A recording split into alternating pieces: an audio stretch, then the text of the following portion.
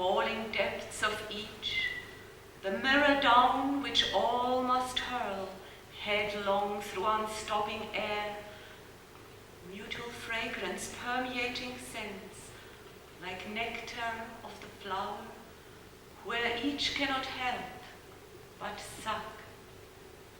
Down a heavenly drift, without aught beneath the feet. Where you cannot alter it, you are free to be the slave of ecstasy. Drugging dream that gives sight to the inmost roll of souls, through tears revolving, that were before too deftly buried, now illuminated, turned to sparkling wings, as drops commingle and coalesce in miracle. This, the microcosmic turning, knows itself in essence, yearning through forests of morning, widest dawn for a billion twinkling eyes. Seeping from the hidden leaves, lying long upon the ground, slow emergence of straight shaft, focus from spin into intense pattern. Movement from interfluous lights into concentrated beam of warmth. Determination not of steel, but the tension of the female muscle, protecting deep the womb, with a softness that outstrips the strength of 10,000 buffalo in a smile. Whose firm roots are wedded into moist words of love whispered in the cells of prisons that cannot contain the soul in spiking fear. Softness in spite of unyielding, unflinching conviction hinged to thought and kiss for all that lives, needing life. Throb from the throat, whose tone persists and fills the night in faith, firm against the cold. Your face can yet run through my night in the veins of skimming clouds and lift the phantoms that then make the world seem dream. And so the role is forgot of organic wholeness. That which moves is that which urges move and change, and that which sets the terms of movement in itself and all that is. Pain injects its blood within mists of experience. When divided, seems the real into air and rock, space and solidity, hope and fact. And torn as a seaweed on the pointed rocks of a silent shore is being pounded by tidal waves. A snail without its shell is that who lives in corners of the dark, lost in inability to be, as cut is the drive of life from the whole whirling world.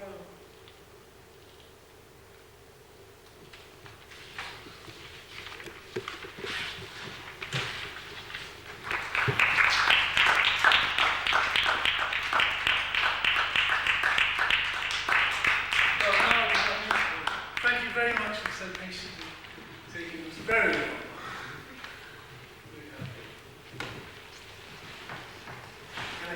Start again in about a quarter of an hour? Yeah, 15 minutes.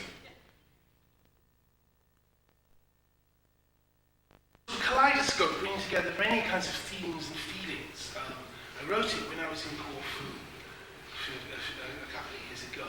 It draws together these two experiences and feelings whilst being there, various memories and suggestions that being there brought to my mind. In particular, the kind of relationship which certain sorts of poets and thinkers have had towards ancient Greece in general, and Corfu in particular.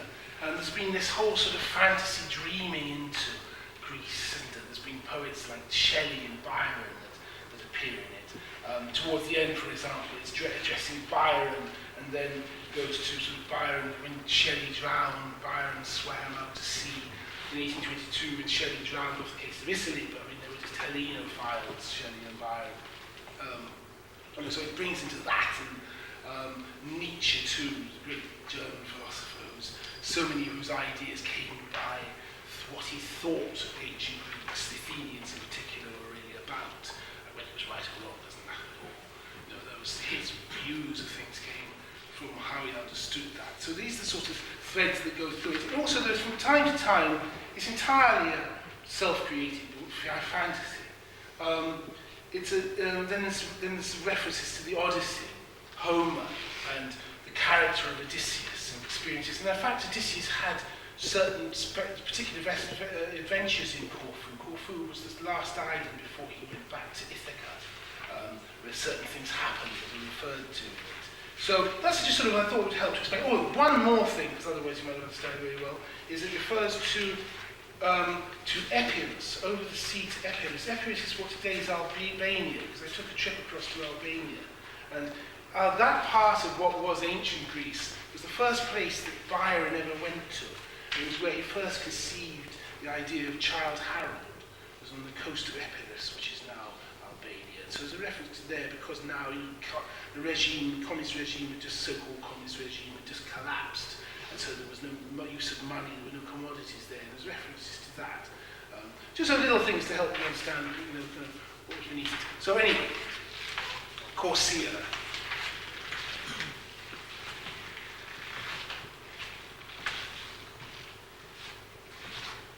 To plumb the Dionysian depths is philosophy, to roll in the dark, deep ocean of the mind, as all is ultimately our insane fantasy.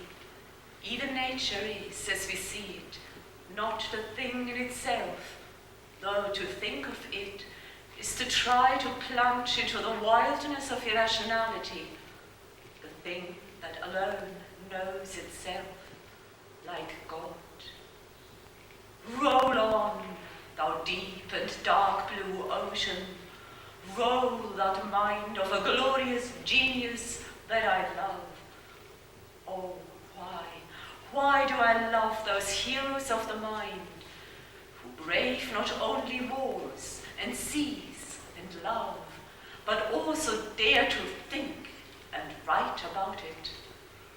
Oh, glorious sailors in the sea of time, fatuous oceans that rock in the heart between birth and death.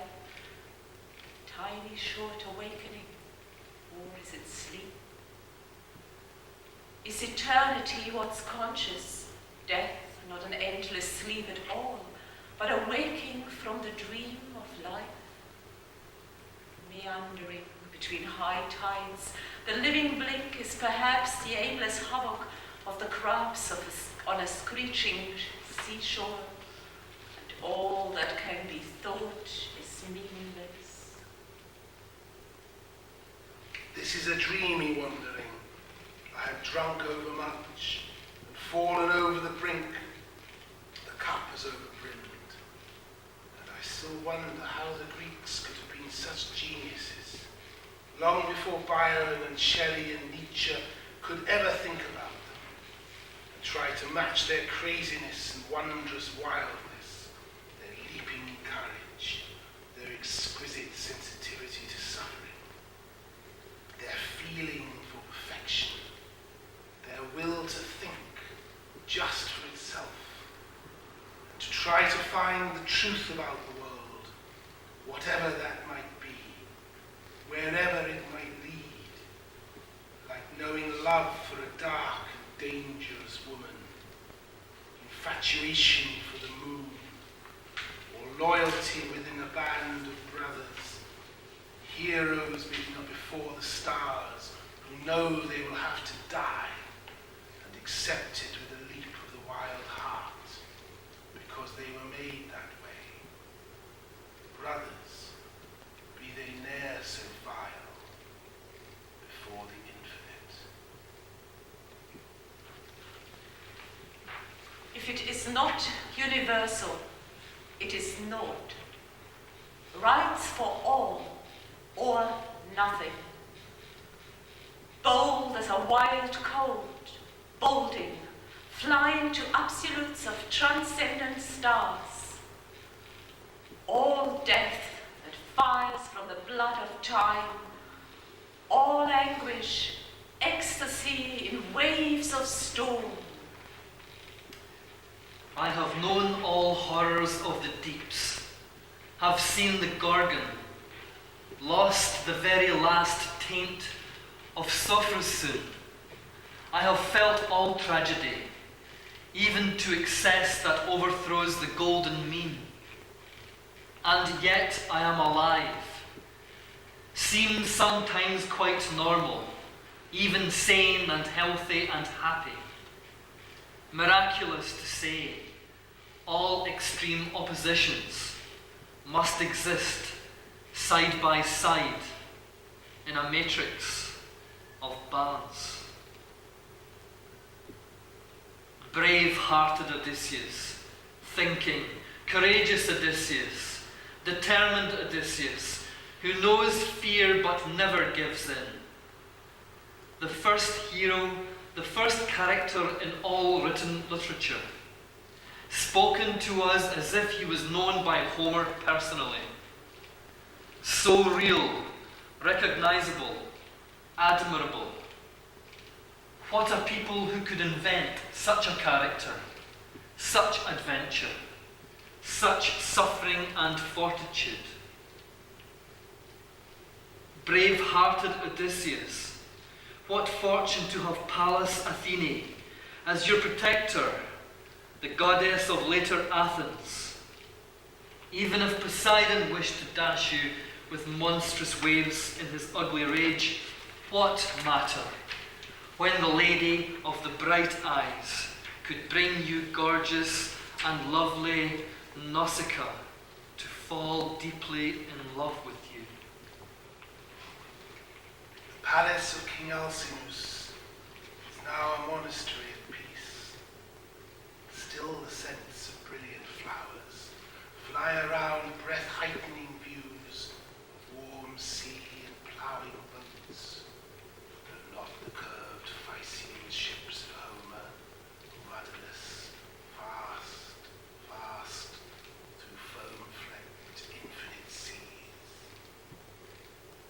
From Nausicaa's beach, Odysseus walked here, past the causeway where strong ancient mariners prepared their sails, when great Pan still ruled, and Athene, before Mary's son was king.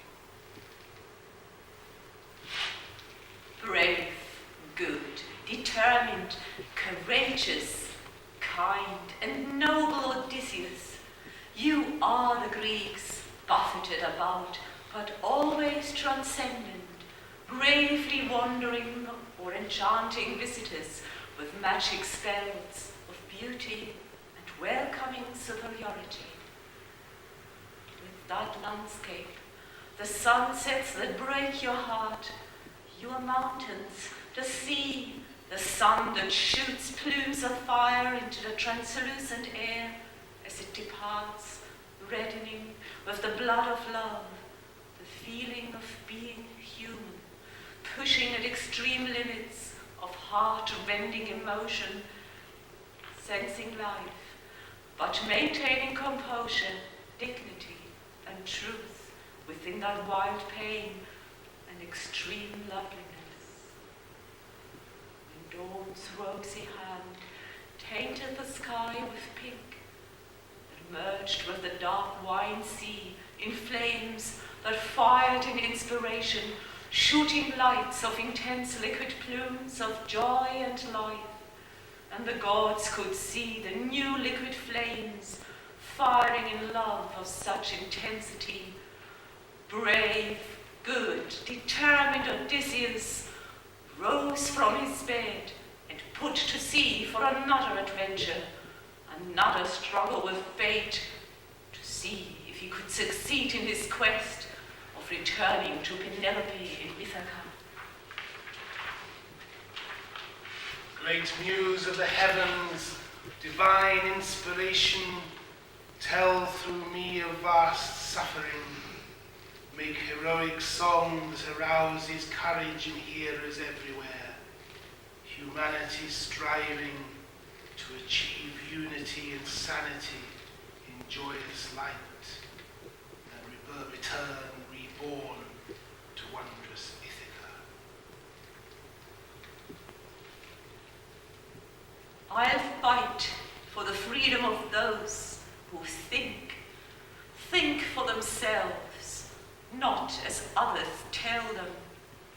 That was what Anaximeter, Heraclite, Plato did. Think for themselves and die. I'll not be subdued by mediocrity's feeble, flagging bureaucrats. I want to think originally as a worm, groping beneath the sod, as poet, philosopher, spiriting with God, as I have only one life, and that is pure and incorruptible by power, status, death of rulers. I'll be and think, though tyrants rule, allowing people to starve. The reason the Greeks were so great lies in the fact that Aeschylus believed his participation in the Battle of Marathon was more important than his plays. Fighting for the freedom of Athens was greater even than creating those amazing plays that remain unsurpassed in the history of all art. There is something hallucinogenically intense about ancient Greece, larger than life. The wisdom of Pericles, the heroism of Thermopylae, the brilliance of Miltiades, and the inconceivable wildness and genius of great Alexandras. You fear you are conforming to a cliché when you assert that Greek civilization was the greatest there has been. But the fear is unfounded. The assertion is true. While sparks play into the black sky of night, chaos in the heart rules, as Tarquin riding to the last earth, burnt as to a charred lust. Plato, Hegel, Marx, Nietzsche, these are the really great thinkers of the world, on fire with intensity and depth of thought, on fire in pursuit of the ultimate truth. Winged angels of hell in love and beauty, grandness of wisdom and unbelievable strength of intelligence and determination. How did they come to take mortal form? Islands in the sea of misery, caverns of thought for wanderers, the bemused, wan and weary seekers amid seas of storm and lightning strikes from death.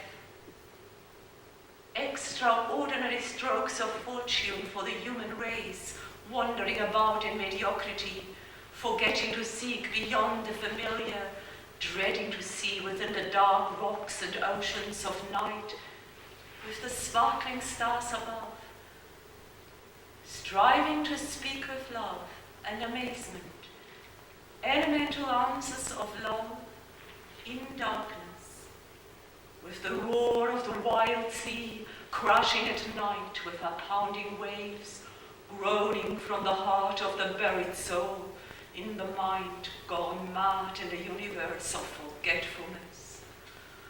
Oh, listen and see the harsh and cracking reality. Can you be content to see this world of misery and inequality? This world of famine and war and tyranny? This world that has not yet begun to make its best ideas reality? How can we live and see the world flooded in farce and tragedy? Do our minds not allow us to see another possibility?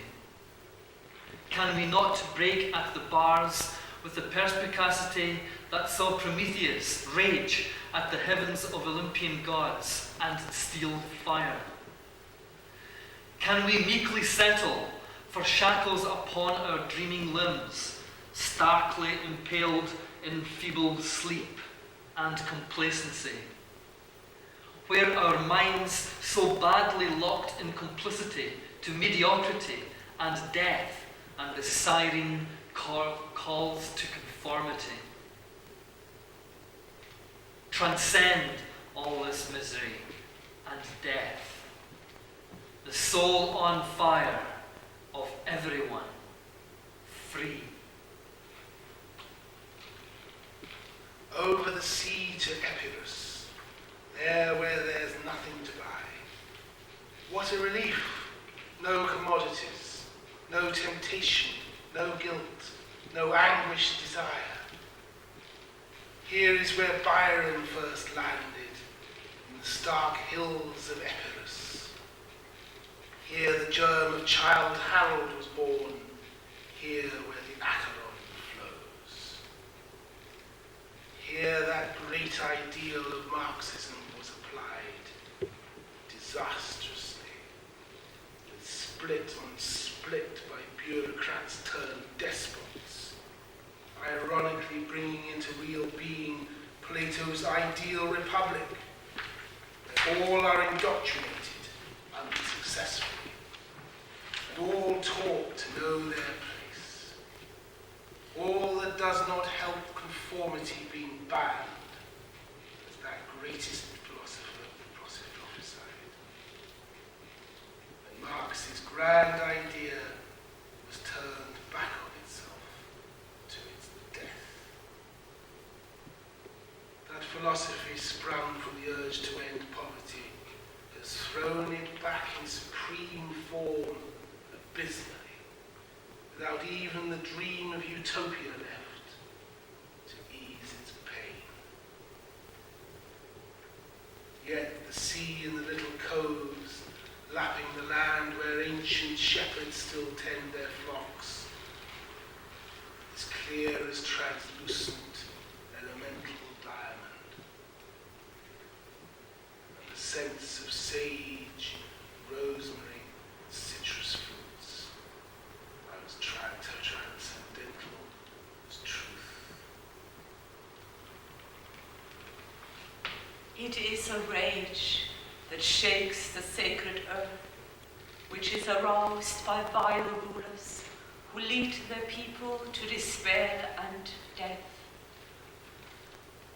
The feeling of inadequacy is so deep, so extreme, you want to wash the blood clean with forgetting and remembering. To be woken with limpid drops of liquid light and kisses that lift the eyelids, to find yourself in paradise of sweet love, beached on a shore of perfumes, where fantasy has become reality, on a delicious isle whose soul burns and saturates nature with heavy scents of lemon flowers, where truth is spoken by every passing cloud, every swallow in the blue sky, and skylark, wagtail, or floating dove, making you dream heaven, mind communing with the buried love, the heart of this world. I love you like the world at sea. All is so strange. Extraordinarily, the muse is a divine life-giver and taker, like the wild west wind, destroyer, preserver.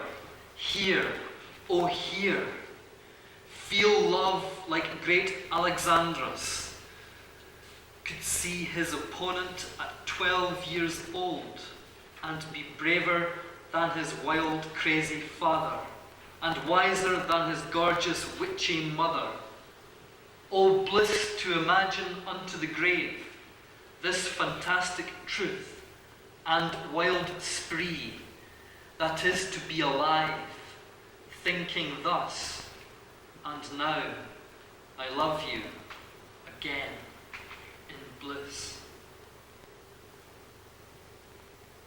Wild coloured fire from the mysteries of Eleusis, dreams of those kisses that pulse through and from the clasp of soft love, moving from dream to dream, in forgetfulness, sweetness, beautiful oblivion, perfumed in joy and warmth and wonder, again and again reaching, so perfect and moist, lips to lips touching, breathing love, pulled apart for an instant, waiting to dive back to that ecstasy, merging as two oceans in one that breathe and embrace as spirits in the one truth, without fear, freedom in love.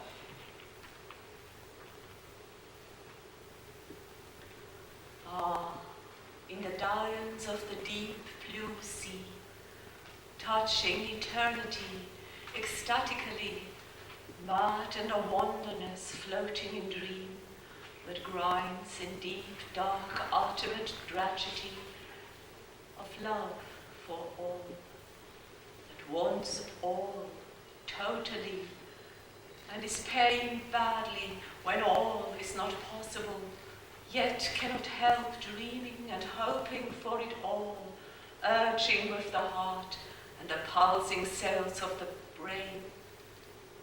Poetry, philosophy, science, thought and feeling about eternity. Those who are drunk with greatness of thought cannot help being infants, obsessive with fire and madness, like Prometheus stealing fire, rebelling unreasonably, yet afterwards seeing that reconciliation into harmony of opposite extremes is good and beautiful. Harmonious form being truth of existence, not insanity at all, but balance, sophrosune, the wisdom of the great Greeks in their battles, philosophy, and art. Art is that which aspires for the supreme, beautiful, good, and honest, and pure, without which we languish in the mud of mediocrity, normality, dreary swamp. Everybody knows we must leap from this clay, but only in the notes of Wolfgang Amadeus Mozart is it clear where we must go. Oh, it is so clear when we listen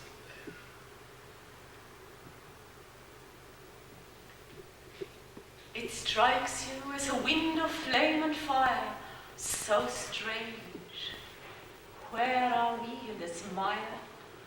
You, the daughters of all beauty and truth, you can speak in health and the spring of love and life, so naturally, innocent and wonderful, beautifully, young as nymphs in the welcoming groves for exhausted wanderers, brain cell tired idiots who think they know the world and rule, but are bleached of your sweetening touch. Glorious and generous spirit, wild heart, freedom incarnate, expansive soul, yet so dark, dangerous, suicidal heart. Oh, my friend, I could hold your hand now. Under the Grecian moon, everything is possible. And I can feel your heart pounding in brave, violent warmth, battling with the seas and the futile mirth. When Shelley drowned, you swam far out to sea, and afterwards you all burnt his body on a funeral pyre, with the sparks leaping to heaven, setting the moonlit sky aflame. That was the moment of truth. That was the time when poetry fired high into the sky like liquid love of intensity never again